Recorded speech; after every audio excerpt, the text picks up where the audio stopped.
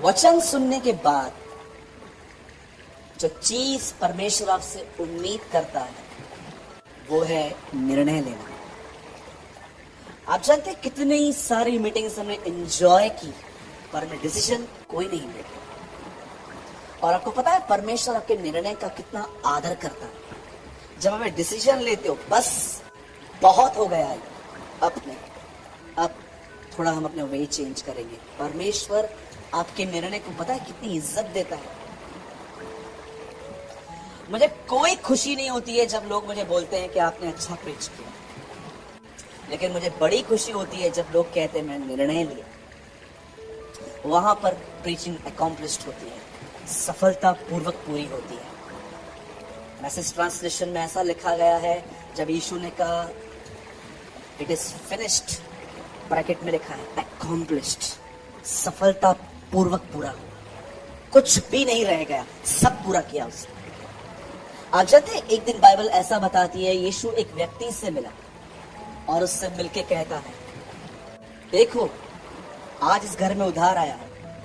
कब ये शब्द आया, आज तेरे घर में उधार आया है? जब एक व्यक्ति ने अब तक पैसा दिया नहीं था लेकिन निर्णय लिया कि मैं दे दूंगा। जब यीशु ने देखा इस आदमी ने इसके पास चीटिंग का पैसा था और उसे डिसाइड किया कि जितनों से लिया था हर एक को वापस दे दूंगा, तब यीशु कहता है देखो आज इस घर में उधार आया है। अब तक कुछ दिया नहीं था उसने और उसने इंटेंशन दिखा है, खुदा हाँ मैं देना चाहता हूँ सबको। दानियल ऐसा कहती है बाइबल में कि वो एक जगह पे गया जिसका नाम था बेबीलोन, और उसके सामने खाना परोसा गया जो एक यहूदी के अनुसार खाने के लिए सही नहीं था। उसे डिसाइड किया मैं वो खाना नहीं खाऊंगा, और लिखा है परमेश्वर का अनुग्रह उससे मिला। आप जानते हैं लोहा चकमक का पीछा करता है। चकमक को इंग्लिश में क्या बोलते हैं? मैग्नेट। लोहा मैग्नेट का पीछा करता है। आपको पता है ग्रेस आपके निर्णय का पीछा करता है। कौन से वो लोग हैं जो आज मीटिंग को सुनने के बाद निर्णय लेंगे, ग्रेस उनके ऊपर ठहर जाता है। लेकिन कोई आते हैं, हाँ अच्छी मीटिंग थी, ये बंदा अच्छा बोलता है, बहुत डिफरेंट प्रीचिंग करता है, ये वो डेड लोगों की तरह नहीं है जो सिर्फ बाइबल पढ़ के सुना देते हैं। ये है वो रेवलेशन और प्रैक्टिकल थिंग्स बताता है। आपने जस्ट एंजॉय किया, इससे कोई लाभ नहीं होगा। निर्णय लेना इट्स जो सबसे बेहतरीन चीज होती है कि आप सुनो और आप निर्णय लो और परमेश्वर को कहो प्रभु आज मैं निर्णय लेता हूँ कि मुझे आज से ये नहीं करना है, पर मैं ये भी जानता हूँ कि मैं आपके बगैर मदद के इसमें आगे नहीं बढ़ सकता। याद रखिए यीशु ने आपको नहीं कहा है जुआ उठाओ, यीशु ने कहा है आओ हम उठाएंगे। आपको अपना जुआ उठाने की कोई जरूरत नहीं है। यीशु ने कहा मेरा जुआ अपने ऊपर उठा लो, आप पार्टनर्स हो। इस बात को याद रखिए, आपने जितने भी सरमन आज तक इस कलीसिया में सुने हैं, कितने भी आपने बड़ी बड़ी बातें सुनी है, वो बातें तब तक पूरी नहीं हो सकती हैं जब तक आप ईमानदारी से प्रभु के सामने जाओ और उसे अनुग्रह मांगो। अदरवाइज आपका सिर्फ एक नॉलेज बढ़ेगा, प्रैक्टिकल लाइफ पे कोई इजाफा नहीं होगा। समझ रहे हैं मेरी बातों को? द बेस्ट थिंग इज आप कुछ आज की मीटिंग को सुनने के बाद आप कुछ निर्णय लो, डिसीजन लो कि हाँ आज के बाद मैं ऐसा लूंगा, आज मैं ऐसा करूंगा। सोचो परमेश्वर ने एक निर्णय लिया था। आपको पता है शैतान इंसान के निर्णयों पे कितना ध्यान देता है। आप जानते हो इस संसार में शैतान यीशु का पहला नाम क्या जानता है? आपको तो बहुत नाम पता है ना, यीशु के जगत की ज्योति, जीवन की रोटी, ये वो। आपको पता है पहली बार शैतान ने यीशु को किस नाम से जाना है? बीज, सीड। उसे पहले कहा गया था स्त्री का बीज, स्त्री का बीज। मैं समझता हूं उसने प्रभु के वचन पे मेडिटेट किया था, कौन है वो स्त्री, कौन है वो बीज। अब देखो उसके बाद केन और हाबिल पैदा हुआ। केन के द्वारा उसने हाबिल को मरवा दिया। उसे ऐसा लग रहा था हाबिल वो मसीह है जो लोगों को छुड़ाएगा। उसके बाद आप देखो तरह तरह से उसने उस बीज को खत्म करने की कोशिश की। और आज को पता है यीशु आया, मुर्दों में से जिंदा होके ऊपर चला गया, और आज भी यीशु का एक नाम है बीज। He is a word of God, seed है। जब मैं यहाँ पर खड़े होके आप में सीड डालता हूँ, बीज बोता हूँ। याद रखिए, शैतान आपसे नहीं डरता है, वो सीड से डरता है आज भी। जैसे वो उत्पत्ति में डर रहा था, वैसे वो आज भी डरता है। इसके लिए, इसी वजह से वो आपके ध्यान को इतनी व्यर्थ बातों में लगा लगा कर, टोंटिंग ये वो उन बातों में लगा लगा कर वो आपके अंदर सीड को चुराने की कोशिश करता है। अगर आज एक लड़की मेरे सामने से जा रही है जिसने बड़े वाहियात कपड़े पहने हैं और मेरा ध्यान वहां जा रहा है, तो वो सीड मुझे बचाता है। वो मुझे कहता है तू सुन चुका था व्यभिचार न करना, पर मैं तुझसे कहता हूं किसी को देखकर अपने मन में मत सोचना ये क्या है, ये वो सीड है जो मुझे फ्रूट दे रहा है। आपको पता है बाइबल देने का एक कारण आपको क्या है? कि वचन देहधारी हो जाए। कितने वचनों को आपकी देह में, मैं पूछना चाहता हूं, कितने वचनों को आप अपनी देह में धारण किए हुए फिरते? ये सिर्फ यीशु के लिए नहीं था कि वचन देहधारी हुआ। मैं आपसे पूछना चाहता हूं, क्या आपके अंदर वचन देहधारी हुआ? क्या उस सीड ने आपके अंदर रह के, क्या वो सीड आपको कंट्रोल करता है? क्या आपके पास जब लोग आते हैं और कहते हैं इसने मेरे साथ ऐसा किया, किसी और को बगैर सुने आप जज कैसे कर सकते हो? क्या वो सीड आपको रोकता है? अदरवाइज आप एक तरफा न्याय कर लेंगे। मैं आपको सच कहता हूं, मैंने इन दिनों में सीखा वचन देहधारी होना कितना जरूरी है। वचन का देह में आकर धारण करना कितना जरूरी है। तो कभी कभी सोचता हूँ जो लोग बाइबल नहीं पढ़ते उनकी इनर कंडीशन क्या होगी। नो डाउट हम यहाँ पर एक अच्छी एक्टिंग कर लेते हैं, अच्छा बन लेते हैं, पर मैं कभी कभी सोचता हूँ प्रभु उनकी पर्सनल लाइफ कैसे होगी। यहाँ पर बाइबल पढ़ने वाले लोग स्ट्रगल कर रहे हैं, जो नहीं पढ़ते हैं सोचो उनकी हालत क्या होगी। सोचो, बाइबल दो चीजों को सबसे ग्रेटेस्ट इवेंट्स कहती है जो चर्च के लिए रखे गए थे। फर्स्ट, उसका पहली बार आना, और सेकंड, अब उसका दोबारा लौटना। और मैं आपको बताना चाहता हूं प्रभु यीशु का पहली बार आना गुनहगारों के लिए था, धर्मियों के लिए नहीं। पर मैं आपको बताना चाहता हूं उसका दोबारा आना किसी गुनहगार के लिए नहीं, धर्मियों के लिए नहीं। और जिन्होंने पहली बार उसे देखा था उन्होंने उसे मार खाते हुए, अपराधों को अपने ऊपर लिए हुए देखा था। पर जो लोग उसे दोबारा देखने वाले हैं वो उसको उस तरह नहीं, महिमा से देखने वाले हैं। पहली बार जब वो उस पृथ्वी पर आया था तो वो एक गधे पे बैठ के आया था, और अब वो एक घोड़े पे बैठ के आएगा। गधे पे एक सर्वेंट बैठता है, वो नौकर की तरह आया था, और अब वो नौकर नहीं, अब वो दूल्हे की तरह आएगा। आज मैं आपको कुछ समझाना चाहता हूँ, ध्यान दीजिए। शायद आप में से बहुत सारे लोग जो 6-8 महीने से हमारे बीच में आ रहे हैं, शायद आप इस सच्चाई से वाकिफ ना हो, पर मैं आपको बताना चाहता हूँ ये सिर्फ बाइबल नहीं लेकिन बहुत सारी किताबें एक्सप्लेन करती हैं कि इस दुनिया का मालिक एक दिन वापस लौटेगा। और एक और चीज जो मैं आपको बताना चाहता हूं, याद रखिए, बहुत जल्द आप यीशु मसीह को हमारे बीच में फिर से आते हुए पाएंगे। वो हमारे बीच में आएगा, लेकिन वो सब बात में है। पर मैं आपको थोड़ा बताना चाहता हूं पहले कि जब यीशु पहली बार आया तो उसने अपने दोबारा आने के लिए बहुत बार बातें की थी। और जब वो उठाए जाने पर था तो बाइबल ऐसा बताती है सब चेले आसमान की तरफ देख रहे थे, और लिखा है एक बादल ने उसे घेर लिया था। ये वही बादल है जो मूसा की इजराइलियों के आगे चलते चलते अगुवाई करता था। ये आसमान नहीं है। कई लोग सोचते हैं आसमान है, एक बादल ने उसे घेर लिया। ये वही बादल है जो मूसा के आगे आगे चल के उनकी अगुवाई करता था। पवित्र आत्मा ने उसे ले लिया। और याद रखिए, जब वो लोग ऊपर देख ही रहे थे तब एक स्वर्गदूत ने उनसे कहा, हे गलीली पुरुषों, ऊपर क्या देख रहे हो? यही यीशु जो उठाए गए हैं दोबारा लौटेंगे। लेकिन यीशु ने अपने आने से पहले बहुत सारी ऐसी बातें कही जो इंसान को जानना जरूरी है। पर प्रॉब्लम ये है कि आज की कलीसिया तैयारी से ज्यादा उसके सिर्फ आने के सिंबल्स को ढूंढने में लगी पड़ी। आप जानते हैं यहाँ पर एक वचन लिखा गया है, इसलिए तुम भी तैयार रहो, क्योंकि जिस घड़ी के विषय में तुम सोचते भी नहीं हो उसी घड़ी मनुष्य का पुत्र आ जाएगा। अब कोई भी बाइबल का पेज मत पलटना, मैं चाहता हूं आप इस मैसेज को पहले समझो। आपको पता है ये 24 अध्याय है, आप नेक्स्ट चैप्टर पढ़ोगे, उस चैप्टर में 3 दृष्टांत हैं, वो तीनों दृष्टांत उसके आने के लिए बात करते हैं। अब मैं नहीं जानता हूं आप में से कितने लोगों ने इसको ऑब्जर्व किया है। उसके बाद 3 दृष्टांत हैं, एक दृष्टांत 10 कुंवारियों का, दूसरा दृष्टांत तोड़ों का, तीसरा दृष्टांत न्याय के दिन का। आपको पता है क्यों उसने अपने आने के दोबारा बाद ये दृष्टांत किए? ये तीनों दृष्टांत आपको उसके आने के लिए तैयार करते हैं।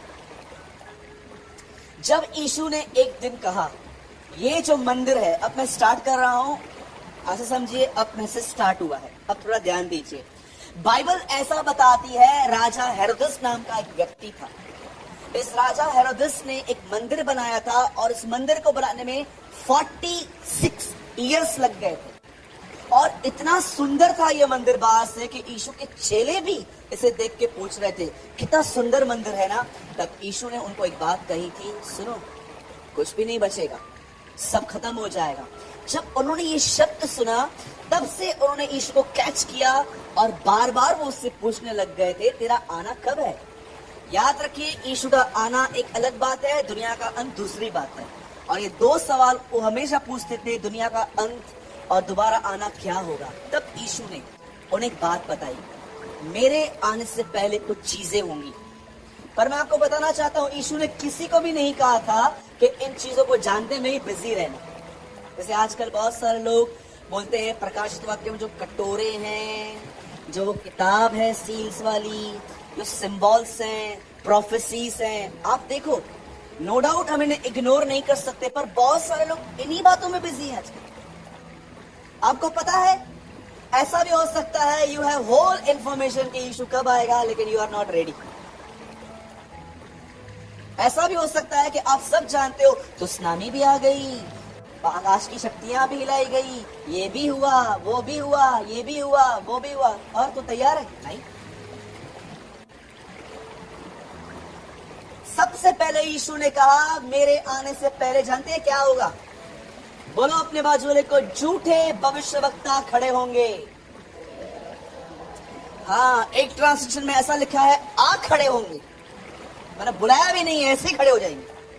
कहते लोगों ने आराम से पढ़ा है आ खड़े होंगे। बोलो बाजू वाले को आ खड़े होंगे।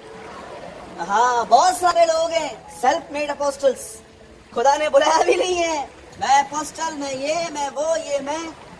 एक भाई ने मुझे बोला ब्रदर आप पास्टर हो? मैंने बोला भाई ब्रदर हूं भाई। तो बोलता है नहीं नहीं आप तो पास्टर हो ना, पास्टर क्यों नहीं लिखते हो?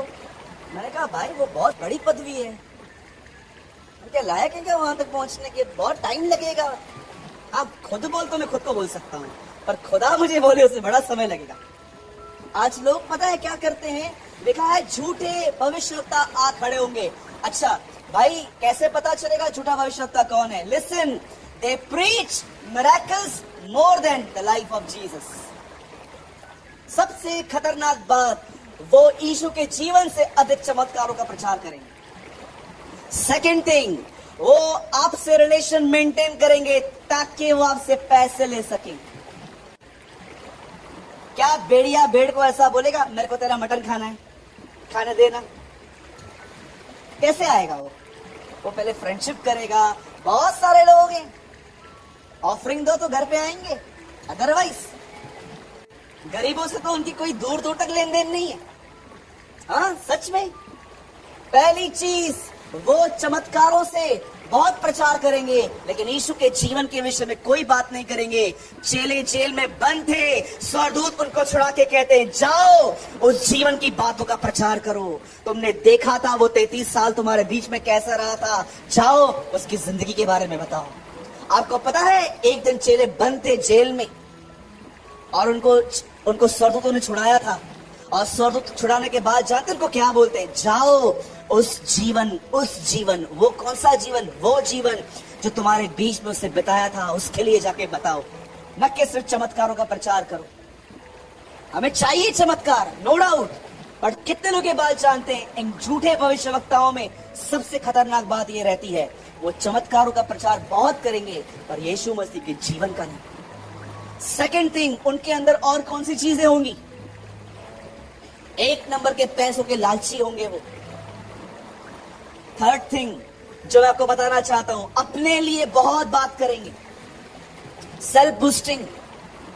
मैं ये बाइबल कॉलेज में से आया, मैं वो बाइबल कॉलेज में से आया, मैंने इतनी गली से खड़ी की है, दिखाई तो एक भी नहीं देती है। मैंने ये किया, मैंने 50 देशों में गॉस्पेल शेयर किया। हाँ दिख रहा है, 50 की हालत खराब लगी पड़ी है आजकल। Self boosting, self boosting, self boosting, ये तीन चीजें उनमें रहती हैं। इससे पहचानो कि झूठे भविष्यवक्ता कौन होते हैं, बता सच्चा कौन होता है। यीशु ने कहा जो अपने बेचने वाले की बड़ाई चाहे वह सच्चा है। यीशु ने कहा जो मुझे ऊंचा उठाए वो सच्चा है। जो प्रचार करने के बाद इस बात का पश्चाताप करे कि खुदा मैंने आज भी तेरे लाइफ का ठीक से प्रचार नहीं किया, वो सच्चा है। और आज देखिए जहां पर लोथ है वहां गिद्ध इकट्ठे हो रहे हैं। आज आप देखिए, आज अगर पता चलेगा यहाँ पर कि एक आदमी आया है और वो जो बोलता है वो एक प्रचारक है, मैं आपको सच कहता हूँ बहुत लोग चले जाएंगे। अच्छा डॉक्टर भी नहीं पता है कौन है, ओनली जीसस वाला है, जहोवा विटनेस है, वो भी नहीं जानेंगे। चलना काम हो जाता है, चल चल चल चल चल, चल। अंकल हाथ रख दो ना, you know they don't know. उनको कोई लेन देन नहीं है, उनको एक ही काम चाहिए, मेरा काम हो बस। गधे को बोलो घोड़ा बोल दूंगा, घोड़े को बोलो गधा बोल दूंगा, बस मेरा काम होना चाहिए। ये झूठे भविष्यवक्ताओं के दिन है, ट्रस्ट में बचिए। किनको सुनते हो यूट्यूब पे, ये भी बात देखिए। कोई ऐसा तो नहीं है जिसको चमत्कारों को देख के आप ऐसा सोचते हो हाँ ये चमत्कार। मैं आपको बताना चाहता हूं बाइबल का पहला चमत्कार जो रिकॉर्डेड है, मैं आपको बताना चाहता हूं, डेविल एक सांप के द्वारा बात कर रहा था। ये भी एक मिरेकल है। तो क्या वो परमेश्वर है? ऐसे लोगों को फॉलो करो जो आपको यीशु के पीछे चलने के लिए इंस्पिरेशन देते हैं, जो आपको इंस्पायर करते हैं यीशु के पीछे जाओ, मेरे पीछे मत आओ। जॉन द बैप्टिस्ट को देखो, वो कहता है मेरा पीछा मत करो, जाओ उसका पीछा करो। मैंने तो आज तक कोई नहीं देखा है कोई कहे जाओ उसको फॉलो करो, जाओ, कोई नहीं कहता है। आजकल सब अपनी भेड़ों को बांध के रखते हैं, नहीं तो रुक तेरा 10-5 मेरे को मिलेगा। ऐसे कैसे जाएगी? जा भले टाइट इधर दे, जा ना भले जा उधर, टाइट इधर दे। क्यों क्या है, मेरे को प्रभु ने बुलाया नहीं है, मैं अपनी मर्जी से नौकरी छोड़ के बैठा हुआ हूं, तो पैसे तो चाहिए ना मुझे। These are the days of false prophets. Second thing, यीशु ने कहा सुनामी आएगी मेरे पीछे। आई, लहरों की कोलाहल से तुम घबरा जाओगे। हुआ कितना कुछ हुआ केरला में, कितनी कुछ बाढ़ें आई। उसके बाद यीशु ने कहा आकाश की शक्तियां हिलाई जाएंगी। क्या आपको इस बात को पता है स्पेस पे जाना एक सिन है? भजन सहायता में लिखा है पृथ्वी उसने मनुष्य को दी है, जो आपको खुदा ने दिया है आप उसमें रहो, ऊपर छेड़छाड़ क्यों करते हैं लोग? क्या लिखा है? अंत के दिनों में आकाश की शक्तियां हिलाई जाएंगी। आज देखो लोग जा रहे हैं वहां पर। ये पृथ्वी कम पड़ गई है जो ऊपर रहने के लिए जा रहे हैं? मेरा एक सवाल है, क्या पृथ्वी कम हो गई है जो अब आप वहां रहने के लिए जा रहे हो? अंतिम दिनों में छेड़छाड़ की जाएगी। यीशु मसीह कहता है अंतिम दिनों में लोग खाएंगे, पिएंगे, डांस करेंगे। आप देखो आज से 10 साल पहले भी इतनी डिशेस नहीं थी जितनी आज है। आप YouTube चलाकर तो देखो, कुछ बहनें लगी हुई रहती हैं। पॉज कर, होल डे खाना खाना खाना। इंसान खाने के लिए 15-15 किलोमीटर दूर जाता है आज। ये पिज्जा नहीं वो पिज्जा चाहिए, वो पिज्जा नहीं ये पिज्जा चाहिए। परमेश्वर के वचन की कोई भूख और प्यास नहीं है, खाने के लिए 20-25 किलोमीटर दूर जाते हैं। यू नो वे अपने घर पे पौधे लगाएंगे, यीशु कहता है अपने घर को बनाने में इतनी चीटिंग करेंगे, हलन दो आना पहुंचा है, चलता है, मेरा घर बनेगा इससे। ये सब इंफॉर्मेशन यीशु ने दी और लोग इनमें बिजी हैं। आज आगे बढ़ते ही नहीं, आज आगे बढ़ना। आज मैं आपको बताना चाहता हूं, यीशु मसीह ने ये सब बातें बताने के बाद कभी उसने ये बातें नहीं दोहराई। उसके बाद जो चीज उसने बार बार दोहराई थी वो थी तैयार रहो, बी रेडी।